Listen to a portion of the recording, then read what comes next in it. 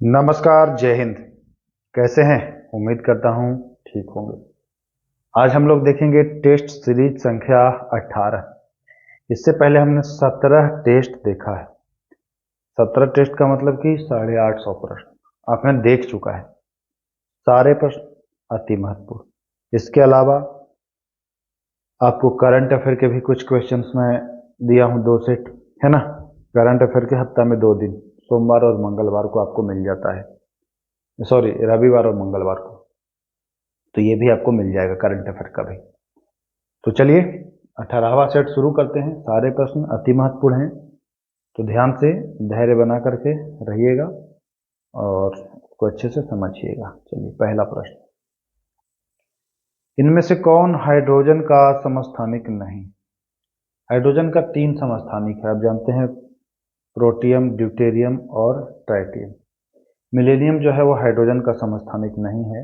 इसको थोड़ा सा मैं जूम करता हूँ, तो बिल्कुल जो राइट आंसर हो जाएगा वो डी ऑप्शन हो जाएगा। चलते हैं। प्रोटॉनों की कुल संख्या को कहते हैं, प्रोटॉनों की कुल संख्या को परमाणु संख्या कहा जाता है। क्या कहा जाता है? परमाणु संख्या। प्रोटॉनों की कुल संख्या परमाणु संख्या कहलाती है। तो ये भी आपको ध्यान देना है। प से प्रोटॉन और प से परमाणु, याद रखिएगा। जलीय पौधों को तैरने के लिए उत्प्लावन बल प्रदान करता है। आप देखते हैं कि कुछ पौधा पानी में रहता है ना, तो वो डूबेगा नहीं पानी में। जब तक जीवित है तब तक डूबेगा नहीं। तो वो क्यों नहीं डूबता है? उत्प्लावन बल उसको कौन प्रदान करता है? तो वो होता है पैरेनकाइमा। जी हाँ, पैरेनकाइमा जो होता है वह डूबने नहीं देता है। तो ये भी आप ध्यान दीजिएगा, पैरेनकाइमा। स्क्लेरेनकाइमा, तो आपने देखा होगा कि नारियल का जो ऊपर का कठोर जो परत होता है उसको स्क्लेरेनकाइमा कहते हैं। तो ये भी आपको ध्यान देना था। चलिए आते हैं हम लोग चौथे सवाल पर।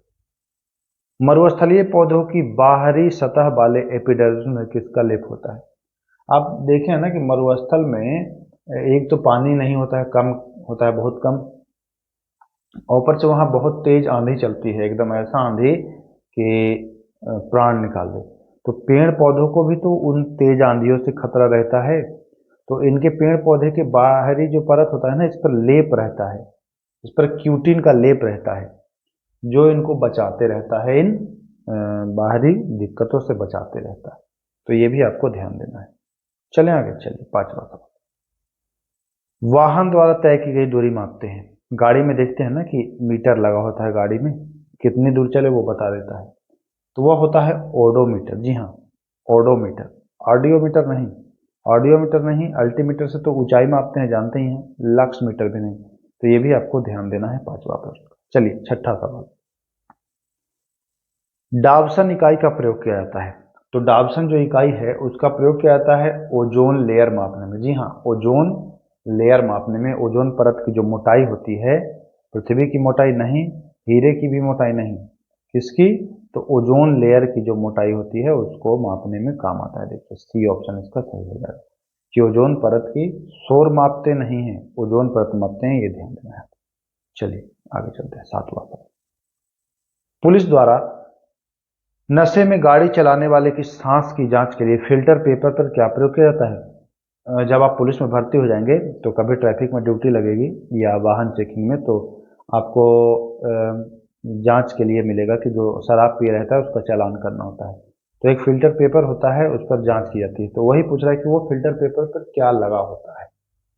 तो याद रखिए, पोटेशियम डाइक्रोमेट सल्फ्यूरिक अम्ल। जी हाँ, पोटेशियम डाइक्रोमेट सल्फ्यूरिक अम्ल उस पर लगा होता है, उसी से इसकी जांच हो जाती है। ओके, चलिए निम्नलिखित कथनों पर विचार करिए। थोड़ा सा इसको समझना अच्छे से, प्रश्न को क्या क्या विचार करना है। अश्व शक्ति जो है वह शक्ति का एसआई मात्रक है। क्या शक्ति का एसआई मात्रक अश्व शक्ति है? पहला। दूसरा कह रहा है अश्व शक्ति में 748 वाट होते हैं। तीसरा कह रहा है अश्व शक्ति में केवल कार्य को मापा जाता है ना। अब आगे इसी में है कि उपरोक्त में से सही कथन का जो है वह चयन करें। सही कथन क्या है? देखिए 1 और 2, यानी कि अश्व शक्ति एसआई का मात्रक है और 748 वाट है, तो नहीं, 746 वाट है। आप जानते हैं ना, 746 वाट। तो ए होगा नहीं 1 और 2 वाला, क्योंकि 2 इसमें आ गया है। 2 और 3 देखते हैं। तो 2 भी नहीं होगा क्योंकि फिर आ गया 748 पर, तो बी भी नहीं होगा। सी देखते हैं 1, 2 और 3, तो ये भी नहीं होगा क्योंकि इसमें फिर 2 आ गया है, यानी कि इसका जो राइट आंसर हो जाएगा वह हो जाएगा डी। डी शक्ति का ऐसा ही मतलब वाट है, आप ये भी जानते हैं, अश्व शक्ति नहीं है। तो यहाँ पर भी आपको ध्यान देना है कि पहला भी गलत है, दूसरा भी गलत है। अश्व शक्ति में केवल कार्य को ही नहीं, कार्य करने की क्षमता को मापते हैं ना, तो ये तीनों गलत है, तो ये तीनों आपको ध्यान देना था। चलिए आगे चलते हैं 9वां प्रश्न। 9वां प्रश्न देखिए क्या कह रहा है। हाँ, पीसा की झुकी हुई मीनार के लिए कौन सा कथन सही है? आपने देखा है ना कि पीसा की जो मीनार है ना वो झुकी हुई है, ऐसे ऐसे है, लेकिन तब भी गिरती नहीं है। अजूबा है, गिरती नहीं। क्यों नहीं गिरती है? वह शीर्ष भाग में पतली हो गई है? नहीं, पतली होने से कोई मतलब नहीं। दूसरा क्या कह रहा है, वो बड़े तल क्षेत्रफल को आच्छादित करती है? तो जी नहीं, वह बड़े तल क्षेत्रफल को आच्छादित भी नहीं करती है। तीसरा, इसका गुरुत्वाकर्षण केंद्र न्यूनतम स्थिति में रहता है? तो जी नहीं, न्यूनतम स्थिति में भी नहीं रहता है।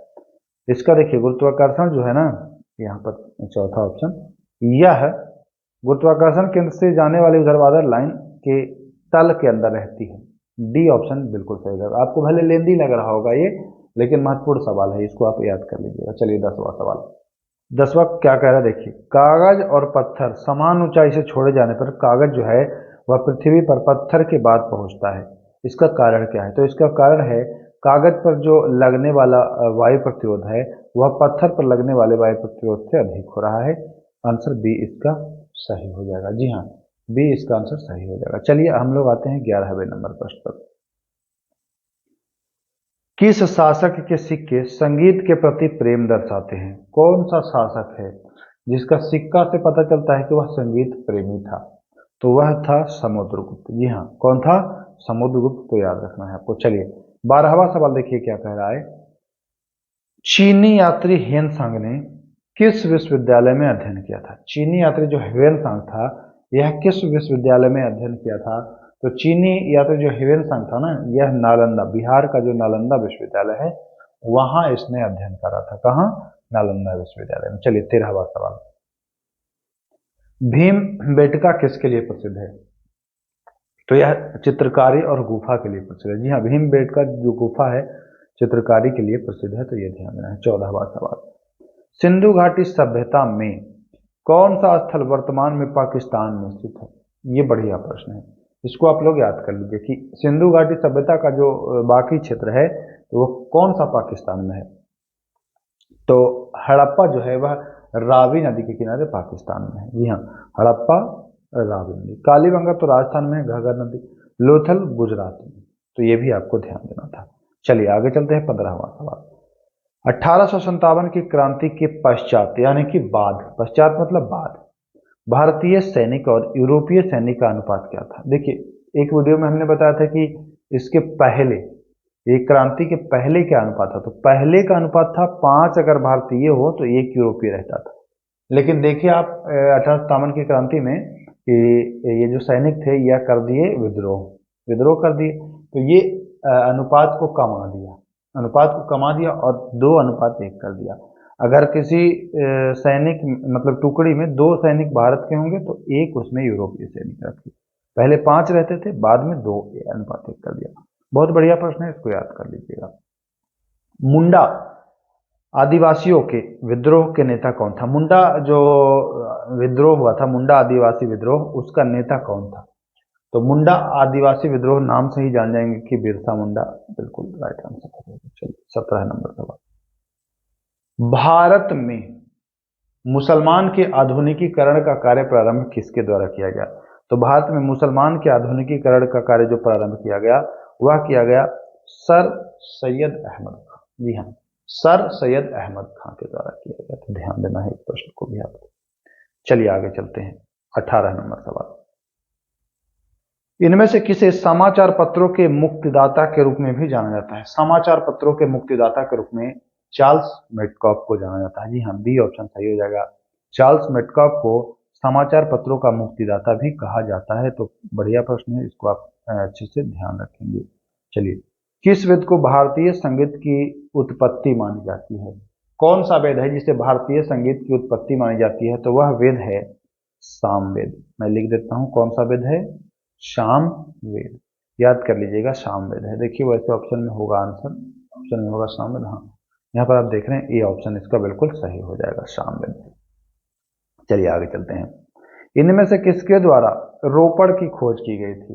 इनमें से किसके द्वारा रोपड़ रोपड़ की खोज किसके द्वारा की गई थी? तो अगर देखिए, ये बहुत ही आसान है याद करना। रोपड़ की खोज बीबी लाल के द्वारा की गई थी। किसके द्वारा? बीबी लाल। कैसे याद रखना है कि भैया अगर बीबी मार के लाल कर दे रही है गाल तो क्यों रो नहीं पड़ेंगे? बीबी ने जब मार के लाल कर दी है गाल तो रो पड़ा है आदमी, तो याद करिएगा कि बीबी ने लाल कर दिया था, बस वो रो पड़ा था। ऐसे करके आप याद कर लीजिएगा। निंदा प्रस्ताव लाया जाता है, तो निंदा प्रस्ताव केवल ही लोकसभा में लाया जाता है। कहाँ? केवल लोकसभा में, लोकसभा में लाया जाता है, ध्यान रखना है। सत्रावसान किया जाता है, बहुत ही बढ़िया अच्छा प्रश्न है। अध्यक्ष या सभापति के द्वारा, राष्ट्रपति के द्वारा, उपराष्ट्रपति के द्वारा या प्रधानमंत्री के द्वारा? तो जो सत्रावसान होता है ना, वह राष्ट्रपति करता है। सत्रावसान राष्ट्रपति करता है। बी ऑप्शन बिल्कुल सही हो जाएगा। अच्छा सवाल है। 23वां प्रश्न देखिए क्या कह रहा है। संचित निधि में से कोई भी राशि विनियोग अधिनियम के माध्यम से ही निकाली जा सकेगी। संचित निधि से अगर कोई राशि निकालनी है तो वह विनियोग अधिनियम के माध्यम से निकाली जाएगी, और यह प्रावधान 114 में बताया गया है, तो ये भी आपको ध्यान देना है। चलिए 24 नंबर सवाल। सर्वोच्च न्यायालय एक अभिलेख न्यायालय है, किस अनुच्छेद के तहत? ऐसा है बताया हुआ कि सर्वोच्च न्यायालय जो है वो एक अभिलेख न्यायालय है। तो अनुच्छेद 129 कहता है कि जो सर्वोच्च न्यायालय है वो एक अभिलेख न्यायालय। अभिलेख न्यायालय का मतलब कि सर्वोच्च न्यायालय के जो सारे फैसले होंगे वो हर जगह मान्य होंगे, उसको सुरक्षित रखा जाएगा साक्ष्य के तौर पर कि हाँ भैया फला बार में ये फैसला दिया था, तो ये एक अभिलेख के तौर पर इसको यूज किया जाएगा, इसके फैसले को। तो ये आपको ध्यान देना है। चलिए, अंतःकरण की और धर्म को अबाध रूप से मानने, आचरण करने और प्रचार करने की स्वतंत्रता। आप अपने धर्म को मान सकते हैं किसी भी रूप, है ना। जैसे कोई मूर्ति पूज के मानता है तो मूर्ति पूज लेता है, कोई मानता है भाई निराकार तो वो निराकार मानता है ना। तो किसी भी रूप में आप मान सकते हैं, आचरण भी कर सकते हैं, जैसा उस धर्म में बताया गया है वैसा आप कर सकते हैं, ठीक। और उसका प्रचार भी आप कर सकते हैं, जैसे कि कोई भी धर्म का प्रचार करना हो तो आप प्रचार कर सकते हैं, आपको स्वतंत्रता प्रदान करा गया है। तो ये किस अनुच्छेद में दिया गया है? तो आप जानते हैं कि ये 25 नंबर अनुच्छेद नंबर 25 में इसका प्रावधान किया गया है। मैं उम्मीद कर रहा हूं आप अच्छे से समझते चल रहे होंगे। 26 नंबर, राज्यसभा के सभापति का कार्यकाल होता है। देखिए बहुत ही कॉन्सेप्चुअल प्रश्न है, थोड़ा तो ऐसे लगेगा सामान्य। आप लोग जानते हैं कि राज्यसभा के सदस्यों का कार्यकाल कितना होता है? तो जानते हैं 6 वर्ष सदस्यों का कार्यकाल। बट यहाँ सभापति पूछा है, तो सभापति का कार्यकाल क्या होगा? तो आपको ये जानना पड़ेगा कि जो राज्यसभा का सभापति होता है वह उपराष्ट्रपति होता है, और इसमें योग्यता उपराष्ट्रपति वाला यहाँ पर दर्शाया जाएगा। तो 5 वर्ष होगा आंसर, 6 वर्ष नहीं याद रखिएगा। ऐसे प्रश्न पूछ करके सभापति दे करके आपको भ्रमित किया जा सकता है, या क्वेश्चन सीधा ऐसे पूछेगा, क्या पूछेगा? राज्यसभा के सदस्यों का कार्यकाल 6 वर्ष होता है, इसके अध्यक्ष का कार्यकाल कितना होता है? तब सोचेंगे कि अरे जब सदस्य 6 वर्ष है तो अध्यक्ष पहले थोड़ी हट जाएगा, है ना। ये दिमाग में आएगा और गलती कर देंगे। चलिए 27 नंबर सवाल देखिए क्या कह रहा है। 27वां प्रश्न देखिए, पढ़ लेता हूं। किन परिस्थिति में संयुक्त बैठक नहीं बुलाया जा सकता है? तो देखिए चारों ऑप्शन को इसमें पढ़ना अनिवार्य है, क्योंकि पढ़ेंगे नहीं तो गड़बड़ा जाएगा मामला। क्या है चारों ऑप्शन? संयुक्त बैठक नहीं बुलाया जा सकता है भैया, कब नहीं बुलाया जा सकता है देखते हैं। एक सदन द्वारा पारित विधेयक को दूसरे सदन ने अस्वीकार कर दिया हो, तब तो बुलाएंगे ही। जब एक सदन, जैसे कि यहाँ पर देखिए लोकसभा में कोई चीज है और इधर राज्यसभा है, एक ने पारित कर दिया हो और दूसरे ने अस्वीकार, तो ऐसे में बुलाया जा सकता है कि चलो संयुक्त अधिवेशन बुलाओ। संविधान संशोधन विधेयक पर यह नहीं बुलाया जाता है, तो ये ध्यान देना है कि बी ऑप्शन इसका सही हो जाएगा। चलिए आते हैं 28वां नंबर प्रश्न। 1935 के अधिनियम द्वारा स्थापित संघ में, आगे देखिए क्या कह रहा है, स्थापित संघ में यहाँ पर अवशेष शक्तियां किसको दी गई हैं? अवशेष शक्तियां किसको दी गई हैं भैया? तो यह देखिए फिर से पढ़ लेते हैं। 1935 के अधिनियम के अनुसार कह रहा है कि जो स्थापित हुआ था तो उसमें अवशेष शक्तियां किसको दिया गया है? तो ये गवर्नर जनरल को दिया गया था। जान ही रहे हैं कि गवर्नर जनरल उस समय सारा काम देख रेख करता था, सब कुछ वही कर रहा था, तो आंसर गवर्नर जनरल हो जाएगा। 29 नंबर सवाल, चक्रवात के संदर्भ में कौन सा कथन असत्य है या गलत है ना। चक्रवात से भी एक प्रश्न आता है बिहार दरोगा में, तो ये ध्यान दीजिएगा। गलत कथन कह रहा है, तो हम लोग देखते हैं कौन कौन गलत है। इनमें से कौन, इनमें केंद्र में, है ना, जो चक्रवात है इसमें केंद्र में निम्न वायुदाब होता है। क्या चक्रवात के केंद्र में निम्न वायुदाब होता है? तो जी हाँ, चक्रवात के केंद्र में निम्न वायुदाब होता है, यानी कि ये सही है, तो हमको गलत छांटना है, तो ये आंसर तो होगा नहीं। चलिए बी, इसके केंद्र की वायुदाब उच्च होती है। लीजिए, एक निम्न कह रहा है, एक उच्च कह रहा है, तो निम्न तो होती है बट उच्च नहीं होता, यानी कि गलत कथन हमको मिल गया, तो गलत कथन बी ऑप्शन हो जाएगा। बट आगे के भी ऑप्शन इसमें पढ़ लीजिए, जरा सा काम आएगा आपको। इसमें वायु का प्रवाह उत्तरी गोलार्ध में घड़ी के विपरीत है ना, जैसे देखिए ये उत्तरी गोलार्ध है और ये दक्षिणी गोलार्ध है, तो उत्तरी गोलार्ध में घड़ी के विपरीत, घड़ी कैसे सुई चलता है, टक टक टक टक, यानी कि ऐसे, ये साइड, तो उत्तरी गोलार्ध में चक्रवात की जो गति होती है वो उल्टा होगा, ऐसे ऐसे होगा, इधर से, है ना, उत्तरी गोलार्ध में उल्टा होगा, तो सी भी सही है। और डी, इसमें दक्षिणी गोलार्ध में वायु का प्रवाह घड़ी की दिशा में, उत्तरी गोलार्ध में घड़ी के विपरीत, तो दक्षिणी गोलार्ध में घड़ी की दिशा, ये आपको ध्यान देना है। चलें आगे, तीसरा सवाल, पृथ्वी पर उपलब्ध जलीय स्रोतों में इनमें से सबसे कम जल किसमें? देखिए बहुत अच्छा प्रश्न है और इसमें मैक्सिमम बच्चे गलत करेंगे, मैक्सिमम बच्चे गलत करेंगे कि देखिए सबसे ज्यादा कम पानी कहाँ मिलेगा, इसमें सीधा प्रश्न यही पूछ रहा है। 33 नंबर प्रश्न जरा देखिए अच्छे से, पृथ्वी पर उपलब्ध जलीय स्रोत मतलब कि जितना भी पृथ्वी पर जल है, जहां जहां भी जल है, उसमें सबसे कम, सबसे कम जल कहाँ मिलेगा, ये जलीय स्रोत में सबसे कम जल कहाँ मिलेगा, यही आपको जानना है।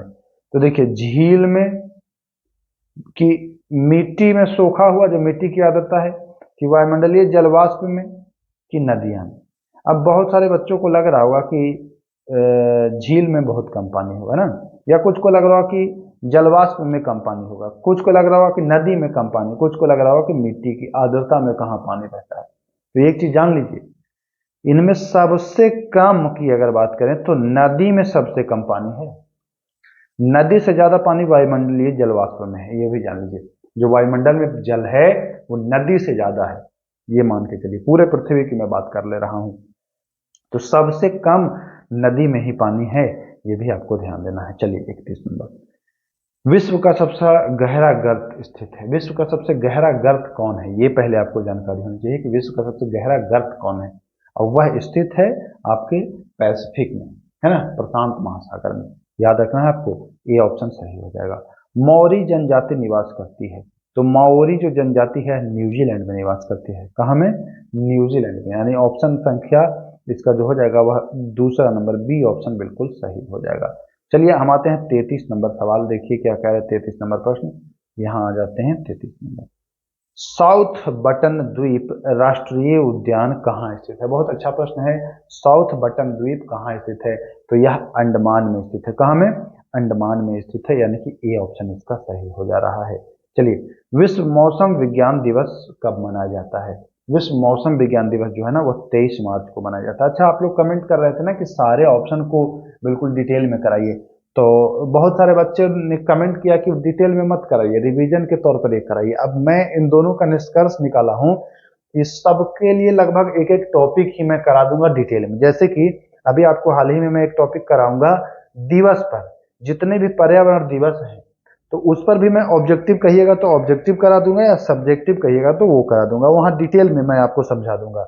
उसके बाद आप ये सेट भी लगाएंगे तो एक तरह से आपका रिवीजन हो जाएगा, है ना। तो इसलिए ये जैसे चल रहा है चलने दीजिए, फिर अलग अलग से मैं एक एक टॉपिक करके आपको कवर करा दूंगा। चलें आगे, चलिए आगे आगे देखते हैं क्या है 35 नंबर, ब्रह्मपुत्र नदी भारत में प्रवेश करती है। बहुत अच्छा प्रश्न है, ब्रह्मपुत्र नदी भारत में प्रवेश करती है, कहाँ से करती है भाई, कौन सा दर्रा से करती है? तो वह यांग्याप दर्रा से करती है। जी हाँ, अरुणाचल प्रदेश में दर्रा है ना, तो ये यांग्याप दर्रा याद रखना है आपको। चलें आगे, उत्तरी सह्याद्री तथा दक्षिणी सह्याद्री, सह्याद्री जो है उत्तरी और दक्षिणी को अलग अलग करता है, कौन सा चैनल? बहुत ही शानदार प्रश्न है। तो सह्याद्री जो उत्तरी सह्याद्री और दक्षिणी सह्याद्री है, इसको 16 डिग्री उत्तरी अक्षांश जो है वह दो भागों में बांट देता है, अलग अलग कर देता है, उत्तरी सह्याद्री और दक्षिणी सह्याद्री को। 37 नंबर पर देखिए, यह सब प्रश्न जो है ना, सारे प्रश्न आपको दिखेंगे एग्जाम में, कोई प्रश्न आपको फालतू लगेगा ही नहीं लगेगा, है ना। एक भी प्रश्न आपको ऐसा नहीं लगेगा कि फालतू आपने समझ दिया, सारे प्रश्न आप एग्जाम में देखेंगे, चाहे आप दरोगा में दें या कोई भी बिहार की तैयारी करिएगा तो ये प्रश्न आपको दिखेगा ही दिखेगा। लेकिन डिजाइन बिहार दरोगा के हिसाब से किया गया है, क्योंकि बिहार दरोगा के मैंने पिछले वर्षों का प्रश्न उठा उठा के देखा, तो सब देख रहे हैं कि हाँ इनसे रिलेटेड प्रश्न तो आते हैं। कयाल क्या है? तो कयाल चार ऑप्शन आपको मिल जाएगा। एक प्रकार की चोटी, एक प्रकार का तट, एक प्रकार का झील, एक प्रकार की नदी। तो जो आप देख रहे हैं मालाबार तट भारत का, ये तो यहाँ जो झील है ना इसी को कयाल कहते हैं। ये जो पश्चिमी घाट पर जो झील है तटों पर उसी को कयाल कहते हैं, मालाबार तट। तो ये ध्यान देना है। 38 नंबर देखिए, 38 नंबर प्रश्न है अर्थशास्त्र से। अर्थशास्त्र भी आप जान रहे हैं कि पूछता है 2-3, तो उसको मद्देनजर रख के इसको लाया गया है। सकल घरेलू उत्पाद है ना, डिफ्लेक्टर जीडीपी में डिफ्लेक्टर शब्द किसके मध्य एक अनुपात है? फिर से प्रश्न पढ़िएगा, सकल घरेलू उत्पाद और डिफ्लेक्टर जीडीपी। डिफ्लेक्टर शब्द में निम्न में से किसके मध्य एक अनुपात है? चार ऑप्शन है, तो यह नॉमिनल जीडीपी और वास्तविक जीडीपी का एक अनुपात होता है। जी हाँ, नॉमिनल जीडीपी और वास्तविक जीडीपी का ये अनुपात होता है। तो 38 का ए ऑप्शन बिल्कुल सही हो जाएगा। चलिए हम लोग आते हैं 39। देखिए अच्छा प्रश्न है 39 प्रश्न, आप कभी ना कभी इस प्रश्न को देखे होंगे। राष्ट्रीय नियोजन में रोलिंग प्लान की अवधारणा किस सरकार के द्वारा लागू हुई थी? रोलिंग प्लान, जी हाँ, रोलिंग प्लान की जो अवधारणा थी यह किस सरकार के द्वारा लाई गई थी? तो यह जनता, जी हाँ, जनता पार्टी की सरकार के द्वारा लाई गई थी। तो ये भी आपको ध्यान देना है, किसके द्वारा? जनता पार्टी की सरकार के द्वारा ये लाई गई थी, यानी कि ऑप्शन संख्या सी।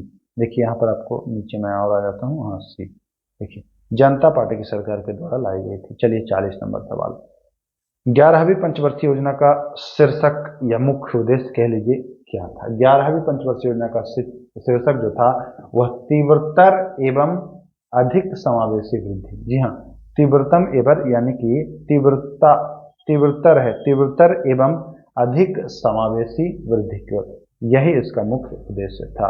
चलिए आगे चलते हैं 41 नंबर। 18 दिसंबर 2024 को, इसी पिछले वर्ष की बात की जा रही है, भारतीय सेना ने, सेना ने भविष्य के युद्ध के लिए एआई इंक्यूबेशन, जी हाँ, एआई इंक्यूबेशन सेंटर का अनावरण कहां पर किया है? भारतीय सेना ने एआई इंक्यूबेशन सेंटर का जो अनावरण किया है वह बेंगलुरु में किया है। कहां में किया है? बेंगलुरु में किया है, तो ध्यान देना है। चलिए ऑप्शन नंबर ए इसका। हाल ही में किस राज्य सरकार ने 1975 से 1977 के आपातकाल के दौरान जेल गए लोगों के लिए महीना 20,000 रुपये का पेंशन दिया? कौन? बहुत बढ़िया सवाल है, करंट अफेयर का सवाल है। कह रहा है कि जो आपातकाल लगा था 1975 के समय, तो उसके दौरान जो जेल गए थे उनको पेंशन दिया जाएगा, है ना, 20,000 पर महीना। और यह पेंशन में कौन पैसा लगाएगा? तो वह उड़ीसा पेंशन में पैसा उड़ाएगा। उस पेंशन में पैसा कौन लगाएगा? उड़ीसा, उड़ीसा से उड़ाएगा, समझ लीजिएगा, याद करने के लिए है और कोई बात नहीं है। चलिए 43 नंबर, हाल ही में किस राज्य में जेलियान ग्रेंग समुदाय का सबसे बड़ा फसल कटाई त्योहार गान नगाई? सीधा सा प्रश्न है। देखिए आपको एग्जाम में ना टाइम आपका लेने के लिए और आपको उलझाने के लिए प्रश्न को एकदम लेंदी बना दिया जाता है। ये प्रश्न आप जब पढ़ेंगे तो आपको बहुत लेंदी लगेगा। फिर से एक बार मैं पढ़ता हूं, हाल ही में किस राज्य में जेलियान ग्रेंग समुदाय का सबसे बड़ा फसल कटाई त्योहार गान नगाई संपन्न हुआ है? सीधा सा प्रश्न पूछ रहा है कि हाल ही में गान नगाई जो फसल का त्योहार है वो संपन्न कहां में हुआ है? सीधा प्रश्न यही है। तो यह मणिपुर में हुआ है। कहां में हुआ है? मणिपुर में, ध्यान देना है आपको। चलिए 44 नंबर सवाल, इनमें से किसे मेजर ध्यानचंद खेल रत्न पुरस्कार 2024 नहीं दिया गया है, मतलब प्रदान नहीं किया गया 2024 का? तो जान ही रहे हैं आपको 2024 का रोहित शर्मा और जसप्रीत बुमराह को नहीं मिला है, तो ये ऑप्शन सही हो जाएगा, डी नंबर ऑप्शन। चलिए 45 प्रश्न, 45 नंबर से, भारत को टीबी मुक्त बनाने का लक्ष्य रखा गया है। ऐसा लक्ष्य रखा गया है कि भारत में कोई भी टीबी से ग्रस्त नहीं होगा, और यह इसी वर्ष तक यानी कि 2025 तक ही ये लक्ष्य रखा गया है कि टीबी से मुक्त करा देना है भारत को। अब देखिए मुक्त हो जाता है कि नहीं होता है। चलिए, किस राज्य सरकार ने इंदिराम्मा आवास योजना शुरू किया है? इंदिराम्मा आवास योजना, बहुत अच्छा प्रश्न है, ऐसे प्रश्न आपको दिख जाते हैं। तो यह इंदिराम्मा आवास योजना जो है वह तेलंगाना में प्रारंभ किया गया है, तो ये भी आपको ध्यान देना है। चलिए 47 नंबर प्रश्न देखते हैं, 47 नंबर प्रश्न देखिए, बहुत ही शानदार एकदम जहरीला प्रश्न है, समझ लीजिए ना, ये जहरीला है प्रश्न, एग्जाम में आएगा आपको। स्टैचू ऑफ नॉलेज स्थित है, स्टैचू ऑफ नॉलेज कहाँ स्थित है भैया? बेंगलुरु में, हैदराबाद में, राजस्थान में या महाराष्ट्र के लातूर में? तो स्टैचू ऑफ नॉलेज जो है ना वो महाराष्ट्र के लातूर में। देखिए कैसे याद रखना है, बहुत ही आसानी से याद रखिएगा, क्योंकि हर जगह इन चारों जगहों पर स्टैचू ऑफ है, स्टैचू ऑफ, कहीं यूनिटी मिल जाएगा, कहीं पीस मिल जाएगा, कहीं कुछ मिल जाएगा, तो कंफ्यूज होंगे। नॉलेज कैसे याद रखना है? आंसर है महाराष्ट्र। महाराष्ट्र को आप एम से समझ सकते हैं। नॉलेज को देखिए, के से होता तो है, के से नॉलेज, के एन ओ, लेकिन आप के ना करके एन फॉर नॉलेज याद कर लीजिए, एन से नॉलेज, है ना, तो एम के बाद एन आएगा, तो एम एन यानी कि नॉलेज और महाराष्ट्र, ऐसे करके आप याद कर सकते हैं। हालांकि नॉलेज के से होता है, ये आपको भी पता है, बट याद करने के लिए आप ऐसे इसको कर सकते हैं। चलिए, फ्रेंच ओपन पुरुष एकल वर्ग 2024 के विजेता, फ्रेंच ओपन में अगर कह रहा है कि विजेता, तो फ्रेंच में जो अल्कराज है, कार्लोस अल्कराज, यही जीते हैं। अच्छा, जरा कमेंट करिएगा कि कार्लोस अल्कराज हैं कहाँ के, स्पेन के हैं कि सर्बिया के हैं कि मिस्र के हैं कि इनमें से कोई नहीं? जरा सा कमेंट करिएगा, देखता हूँ मैं आप लोग को क्या जानकारी है इनके बारे में। चलिए 49 नंबर, इनमें से किसे दादा साहेब फाल्के पुरस्कार 2024, तो ये प्रश्न मैं पहले भी करा चुका हूँ, मिथुन चक्रवर्ती। हाँ, ये 50वां नंबर प्रश्न जो है यह बहुत ही अच्छा प्रश्न है, देखते हैं मैं आप लोग कर पाते हैं कि नहीं। बीमर शब्द का संबंध किस खेल से है? किस खेल से है भैया? तो इस प्रश्न को मैं छोड़ देता हूं आप लोगों के लिए। बीमर शब्द जो है वह हाल ही में चर्चा में रहा था, तो यह प्रश्न मैं आप लोगों के लिए छोड़ दे रहा हूं। जरा कमेंट करिएगा कि बीमर जो शब्द है, बीमर जो शब्द है, यह किस लिए प्रसिद्ध है ना? कमेंट कर दीजिएगा, और नेक्स्ट वीडियो में इसका आंसर जो है वो मैं आपको बता दूंगा, है ना? पहले आप लोग कमेंट कर दीजिएगा। तो बीमर जान ही रहे होंगे, बता देता हूँ, क्यों परेशान करूँ आप लोग को। तो अभी विराट कोहली को आपने देखा है ना, बीमर बॉल पर आउट हुए थे, जो नो बॉल करार दिया जाना था, लग रहा था कि ये नो बॉल है, कमर से ज्यादा ऊपर है, तो वही बीमर है। बीमर क्रिकेट से संबंधित बहुत अच्छा प्रश्न है, तो ये ध्यान दीजिएगा। एक चीज और पूछता है, मॉकडिंग पूछता है, मॉन्कडिंग या मॉकडिंग, है ना? मॉकडिंग किस खेल से? तो मॉकडिंग भी क्रिकेट से ही संबंधित है। जरा सा मैं आपको याद दिलाना चाहूंगा, आईपीएल आपको याद होगा, रविचंद्र अश्विन जो है वो इधर से बॉलिंग कर रहे थे, इधर से बॉलिंग कर रहे थे, और इधर जो था वो बल्लेबाज था, यहाँ खड़ा था, ठीक। और एक बल्लेबाज जो नॉन स्ट्राइक पर रहता है वो यहाँ भी रहता है। तो अश्विन क्या किए, रविचंद्र अश्विन यहाँ से बॉल फेंकने के लिए आए, और ये जो इनका क्रीज वाला जो ये होता है, जहाँ बैट इसमें रखे रहते हैं या खड़े रहते हैं, तो अश्विन ने गेंद को फेंकने के लिए आगे किया, तब तक ये वाला जो प्लेयर है ये निकल के आ गया बाहर। अब अश्विन ने इसको आउट कर दिया, तो ये बिना मतलब बॉल फेंके जो ये आउट करते हैं, यही मॉकडिंग कहलाता है या मॉन्कडिंग कहलाता है। तो ये मॉन्कडिंग भी जो है यह क्रिकेट से संबंधित है। दोनों प्रश्न आप याद कर लीजिएगा, मॉन्कडिंग और बीमर इंपॉर्टेंट है। देखिए मैं आपको बार बार कहता हूं कि आप कैसे जानेंगे कि कोई चीज इंपॉर्टेंट है? आप लोग का अक्सर कमेंट रहता है ना कि सर कैसे पता, सब तो इंपॉर्टेंट ही लगता है। तो इंपॉर्टेंट आप उसको कहेंगे जो आपको यूनिक लगेगा। अच्छा ये बताइए, ये मॉन्कडिंग आपको यूनिक नहीं लगा? मॉन्कडिंग आप क्रिकेट देखते हैं तो ये लगा ना कि हाँ जानते तो हैं, ऐसे आउट करता तो है, बट नाम नहीं जानते थे, तो ये आपको यूनिक लगा। और ये प्रश्न मैं आपको बता दूं, ये प्रश्न बिहार दरोगा में पूछ भी दिया गया है, आप पता कर लीजिएगा, पूछ भी दिया गया है प्रारंभिक परीक्षा, मॉन्कडिंग वाला। इस बार बीमर वाला पूछ सकता है, क्योंकि बीमर बॉल पर आउट हुए थे विराट कोहली, तो बीमर पूछ सकता है।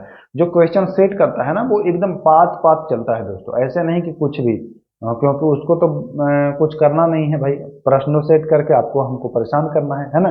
तो वो एकदम ऐसे ऐसे 2 4 10 प्रश्न लाएगा ही लाएगा। तो बीमर आपको याद कर लेना है। तो चलिए, आधा घंटा में आप लोग का समय लिया, कोई बात नहीं, आधा घंटा 50 प्रश्न में आपका कंप्लीट कराया।